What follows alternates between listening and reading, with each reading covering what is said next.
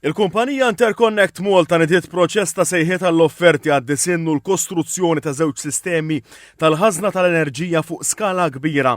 Is-sistema msejħa BESS se servi biex tassorbi enerġija żejda li tkun ġiet iġġenerata mill-pannelli fotovoltaiċi f'ħinijiet meta d-domanda l-enerġija tkun baxxa sabiex imbagħad tintuża meta d-domanda tal-konsumaturi tiżdied.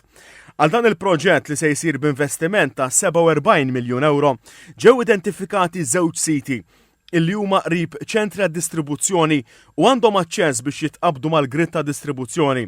L-ewwel sit se jkun taħt l-art fejn kienet il-Power Station l-antika tal-Marsa u t-tieni fil-Power Station ta' Delimara. Fis-tqarrija l-kumpanija qalet li dawn il-ħażniet tal-enerġija se jgħinu biex tiġi żgurata provvista ta' enerġija aktar stabbli u affidabbli, filwaqt li jippermetti l-iżvilupp ta' sem ikbar tar-rinnovabbli fis-sistema tal-ġenerazzjoni elettrika tal-pajjiż.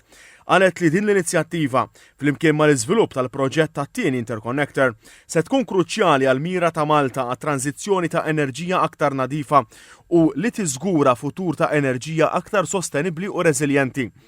Il-Ministru għall-Enerġija Miriam Dalli qalet li dan il-proġett, l-ewwel tax-xorta tiegħu f'Malta, mhux biss se jipproduċi ħażna essenzjali ta' elettriku, iżda se jkollu wkoll sem kruċjali biex jistabilizza b'mod rapidu is-sistema ta' distribuzzjoni waqt temp imsaħħab u bekk jippermetti użu aktar wiesa ta' sorsi ta' enerġija rinnovabbli f'Malta. Qalet li l-intermittenza ta' rinnovabbli hija sfida kbira li qed tiġi indirizzata biex tinżamm l-istabilità tas-sistema. Saħqet li inizjattivi bħal dawn huma kruċjali biex Malta tagħmel pass il quddiem lejn proġetti rinnovabbli fuq skala ikbar bħall offshore wind farm. Minnaħa tiegħu il-manager fiħdan ICM l-inġinier Joseph Vassallo qal li dan il-proġett se jippermetti li l-istess enerġija tkun tista' tintuża f'ħinijiet differenti sabiex tieħu post l-użu tal-impjanti tradizzjonali li jużaw il-karburanti.